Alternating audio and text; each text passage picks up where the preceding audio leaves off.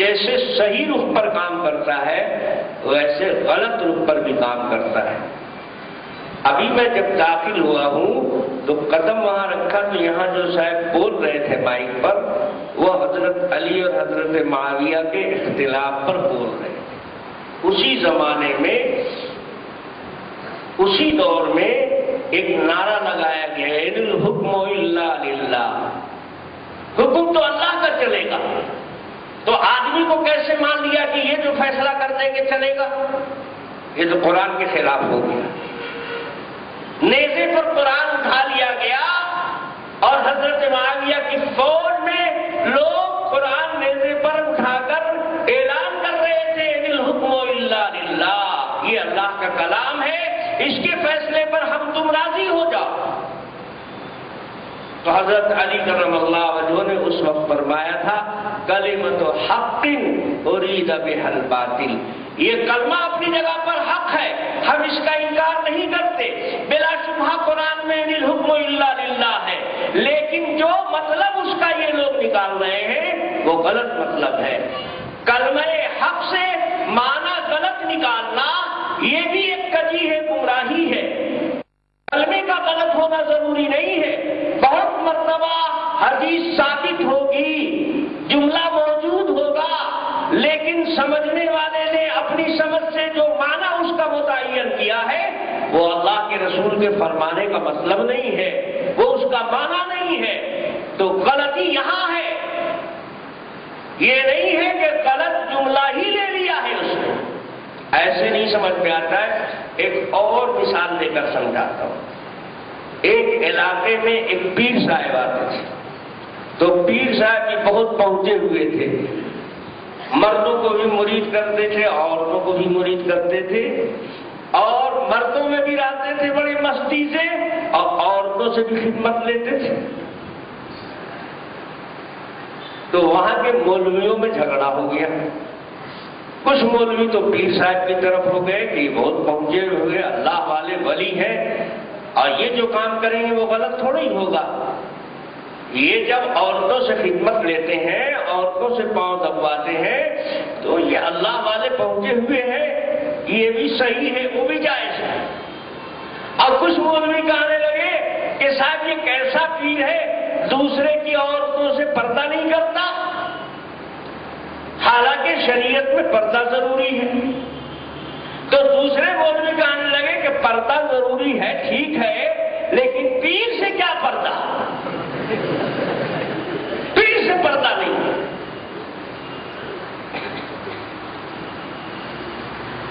اب بتاؤ یہ جملہ کہ پیر سے پردہ نہیں ہے، یہ جملہ غلط تو نہیں ہے، جملہ تو 100% صحیح ہے، لیکن اس جملے کا جو معنی وہ لے رہا ہے وہ اس جملے کا معنی نہیں ہے۔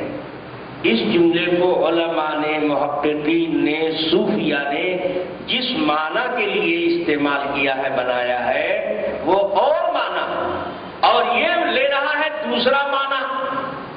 جو معنی اس کا ہے وہ بہت پاک، بہت صحیح ہے، اور جو معنی یہ لے رہا ہے وہ انتہائی گندا اور بالکل غلط ہے۔ یہ جملہ پیر سے پردہ نہیں ہے، یہ غلط جملہ نہیں ہے۔ پیر کی حیثیت ہوتی ہے روحانی ڈاکٹر کی۔ ڈاکٹر سے مریض کو اپنا مرض چھپانا چاہیے۔ پیٹ میں درد ہو رہا ہے تو اس کو بتانا چاہیے نا کہ میرے پیٹ میں درد ہوتا ہے، بیماری چھپانا چاہیے۔ چوتر میں زخم ہے تو نہ دیکھنے کی جگہ نہ دکھانے کی جگہ، تو کیا ڈاکٹر کو نہیں بتائے گا کہ میرے چوتر میں زخم ہے؟ بتانا پڑے گا۔ ڈاکٹر سے پردہ مت کرو، جتنا عیب ہے بیماری ہے کھول کر بیان کر دو، تب نہ وہ صحیح علاج کرے گا۔ تو وہ روحانی ڈاکٹر ہے، روحانی ڈاکٹر ہے تو تم کو جتنا روحانی بیماری ہے، تمہارے اندر کبر ہے، غرور ہے، دوسرے کو دیکھ کر جگتے ہو، نگاہ بد نگاہی کا مرض ہے تم کو، ساری بیماریاں اپنی پیر کے سامنے کھول کھول کر رکھو تاکہ وہ تمہارا علاج کرے۔ پیر سے بیماری کو، عیب کو مت چھپاؤ، کھول کر بیان کرو کہ ہمارے اندر یہ بیماری ہے، یہ روگ ہے، یہ روگ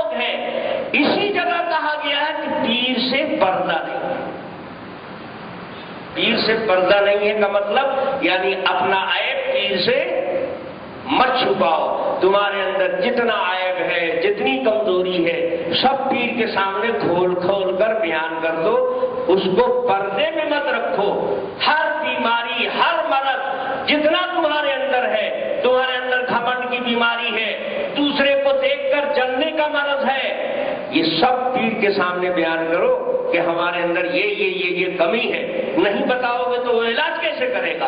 جس طرح ڈاکٹر سے بیماری چھپانا نقصان کا سبب ہے، اسی طرح سے پیر سے روحانی بیماری چھپانا یہ نقصان کا سبب ہے.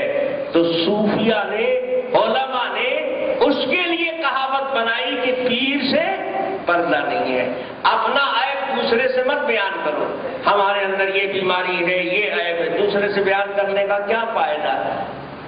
برائی کو عام کرنا اور پرچار کرنا اس کا یہ شریعت میں منع ہے. لیکن ہاں اپنی برائی کا چرچا پیر کے سامنے ضرور کرو، کیونکہ وہ اس کا معالج ہے، وہ ڈاکٹر ہے، وہ اس کا علاج کرے گا. تو اس موقع سے کہا گیا تھا پیر سے پردہ نہیں. اب کہاں کا پردہ اور کہاں لے جا کے فٹ کر دیا اس نے؟ یعنی عورت سے پردہ نہیں. پیر صاحب چاہے جس عورت سے چاہے بھیٹ کرے اور چاہے جس عورت سے چاہے بے پردہ میں. اس پردے کے لیے یہ پردے کا لفظ استعمال ہوا تھا. جس معنی میں استعمال کیا گیا تھا وہ صحیح تھا، اور جس معنی میں لوگ استعمال کر رہے ہیں وہ غلط ہے. ایک ہی جملہ ہے لیکن اس کے کئی معنی ہوتے ہیں. ایک معنی صحیح ہوتا ہے، دوسرا معنی غلط ہوتا ہے. یہی حال قرآن کا ہے، حدیث کا ہے. جملے میں فرق نہیں ہوتا. بعض لوگ کہتے ہیں صاحب حدیث ایک، قرآن ایک، اللہ ایک، رسول ایک، تو اتنا جھگڑا کیسے لگ گیا؟ جھگڑا تو لگے گا. ایک کلام سے کئی معنی نہیں نکلتا ہے. ایک بہت بڑے نواب صاحب تھے، ان کے ہاں دستور یہ تھا کہ کوئی ملنے والا ڈائریکٹ ان کے کمرے میں نہیں آتا تھا. پہلے دروازے پر، وہیں گیٹ پر دربان ٹوکتا تھا اس کو اور اس سے پوچھتا تھا آپ کون صاحب ہیں، کہاں سے آئے ہیں، کس لیے ملنا چاہتے ہیں نواب صاحب سے. تو ایک تو دربان وہاں پہلے سمجھ لیتا تھا، نام پتہ مقصد سب جان کر، اور تب یہاں نواب صاحب کو آ کر بتاتا، نواب صاحب اجازت دیتے، تب وہ آنے والا عید کرتا اور ملاقات کا چانس ملتا. لیکن اگر پڑھا لکھا آدمی ہے، باہر گیٹ پر بورڈ لگا ہوا تھا، ٹھہرو مت اندر آؤ. یعنی گیٹ ہی پر ٹھہرو، ڈائریکٹ اندر مت آؤ. تو پڑھے لکھے لوگوں کو دربان کی ضرورت ہی نہیں پڑتی تھی. وہ تو بورڈ پڑھ لیتے تھے، ٹھہرو مت اندر آؤ، تو وہیں ٹھہر جاتے تھے.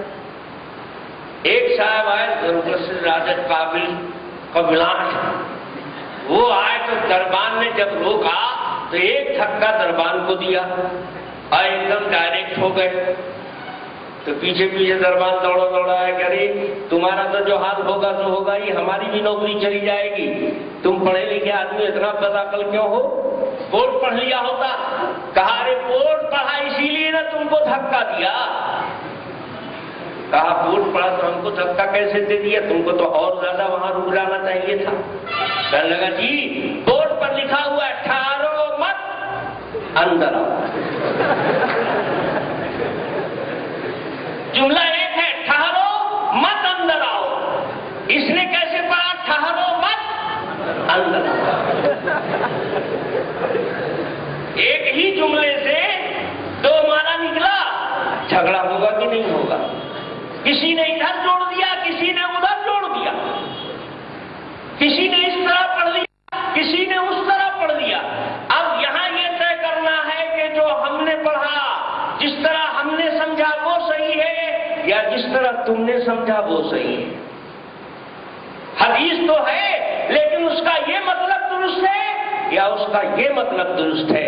کلام اللہ کے نبی کا ہے، اس کو زیادہ صحیح نبی کے پاس والے سمجھیں گے، نبی کے ساتھ